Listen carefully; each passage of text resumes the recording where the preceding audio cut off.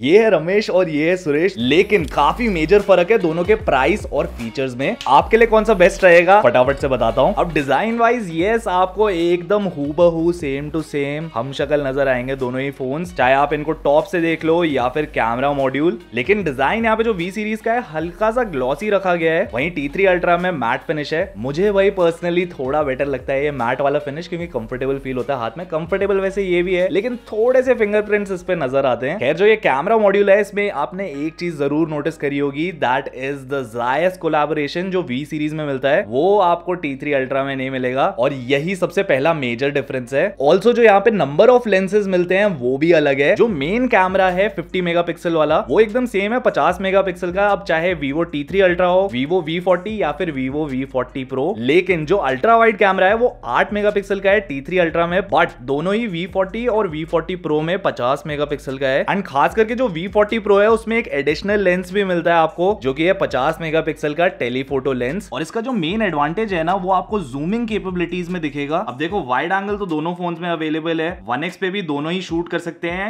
2x पर भी। लेकिन भाई यहाँ पे 4x का ऑप्शन आपको सिर्फ Vivo V सीरीज के V40 Pro में मिलेगा। And even if we talk about portrait mode तो यहाँ पे आपको 1x and 2x focal length दिख रही होगी T3 अल्ट्रा के अंदर। लेकिन भाई it goes crazy when it comes to V40 Pro। 24mm में भी शूट कर सकते हो आप, 35mm में भी, 50mm में भी, 85mm एंड 100mm। तो जो अलग अलग फोकल लेंथ है इसकी, अलग अलग जूम कैपेबिलिटीज हैं, वो बेटर है V40 Pro में। इवन तो कुछ कुछ डिजिटल है, but it still gives a major edge to V40 Pro, क्योंकि इसमें अलग से पोर्ट्रेट लेंस भी है, telephoto lens. And wait for it, it just doesn't stop there. यहाँ पर आपको Zeiss के अलग अलग बोके मोड्स मिल जाते हैं, और ये जो स्पेशल एड ऑन है ना कि आप नेचुरल पे रख सकते हो, बायोटार जो बैकग्राउंड ब्लर रहते हैं अलग अलग टाइप के, B speed, sonar and multiple other options, ये आपको X सीरीज में मिलते थे पहले Vivo के, एंड अब V सीरीज के अंदर भी आ गया है ये Zeiss का कोलैबोरेशन। वैसे तो भाई अगर आपको ये वाला फीचर यूज करना होता है तो महंगे महंगे लेंसेज खरीदने पड़ते हैं Zeiss के, लेकिन उसका एक कॉम्पैक्ट वर्जन काफी सिमिलर फोटो इफेक्ट्स निकाल के देता है Vivo के वो डिवाइसेस जिनमें Zeiss का कोलैबोरेशन होता है। एंड सैंपल इमेजेस आप देख सकते हो भाई पीछे पेड़ के पत्तियों में, यहाँ पे जो बैकग्राउंड ब्लर हो रहा है that is epic,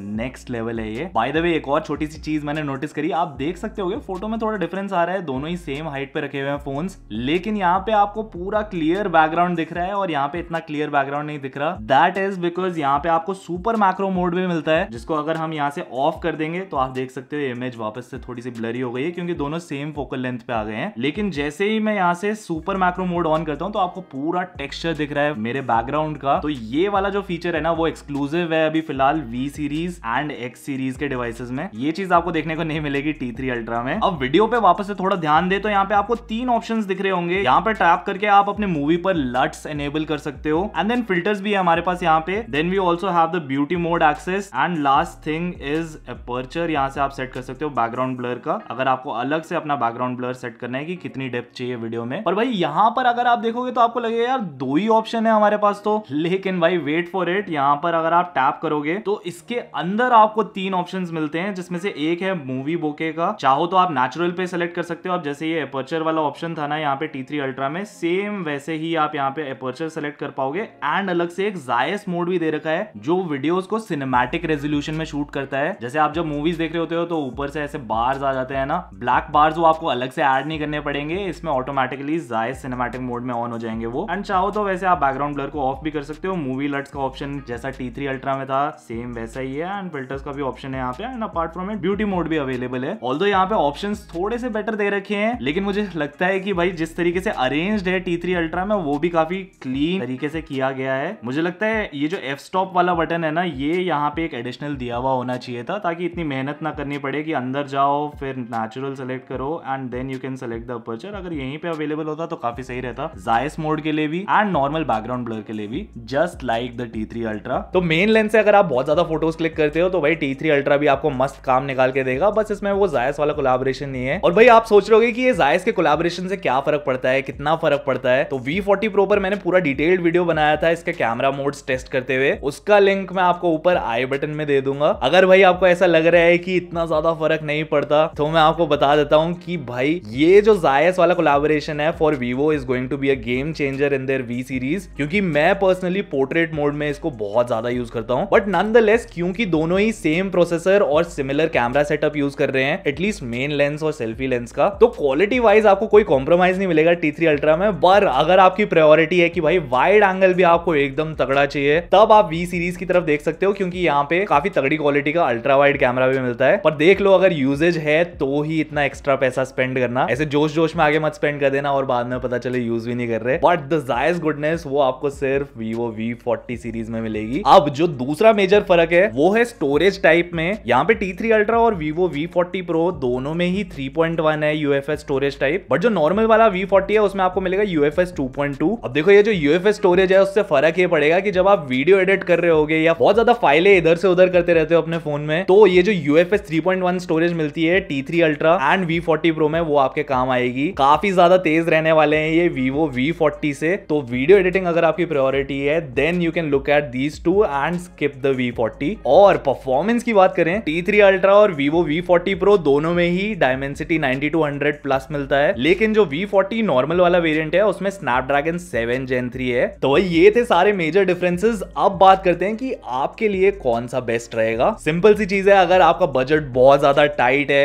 and performance आपकी मेन प्रायोरिटी है, साथ ही में कैमरा पर भी इतना ज्यादा कॉम्प्रोमाइज नहीं करना चाहते, आपको चाहिए एक अच्छा main camera and selfie lens, तो Vivo T3 ultra could be a great pick for you. अब यार मुझे पता है काफी लोग बोलेंगे इस प्राइस में तो iQOO Neo 9 Pro भी मिल जाता है, जो परफॉर्मेंस वाइज इसी के टक्कर का फोन है। यस, परफॉर्मेंस के मामले में दोनों काफी टक्कर के हैं, लेकिन भाई जो कैमरा सेटअप है and overall camera output, that is definitely better on the T3 ultra. खैर, अब आपको अगर कैमरा थोड़ा और बेटर चाहिए विद दोस जायस मोड्स, लेकिन साथ ही में गेमिंग या परफॉर्मेंस आपकी मेन प्रायोरिटी नहीं है, ओनली देन आप परचेज करना Vivo का V40 जो नॉर्मल वाला वेरिएंट है। लेकिन अगर आपको कैमरास और परफॉर्मेंस दोनों तगड़े चाहिए विद दैट जायस प्रोविस, तो Vivo V40 Pro is a no brainer. बाकी यार बारिश हो रही थी आज बाहर काफी भयंकर वाली, तो मैं कैमरास की टेस्टिंग नहीं कर पाया, लेकिन अगर आपको T3 अल्ट्रा का कैमरा कंपैरिजन देखना है या फिर वॉर ऑफ प्रोसेसर्स किसी भी डिवाइस के साथ, तो मुझे नीचे कमेंट्स में बताओ और मैं आप लोगों को मिलता हूं नीचे कमेंट्स में।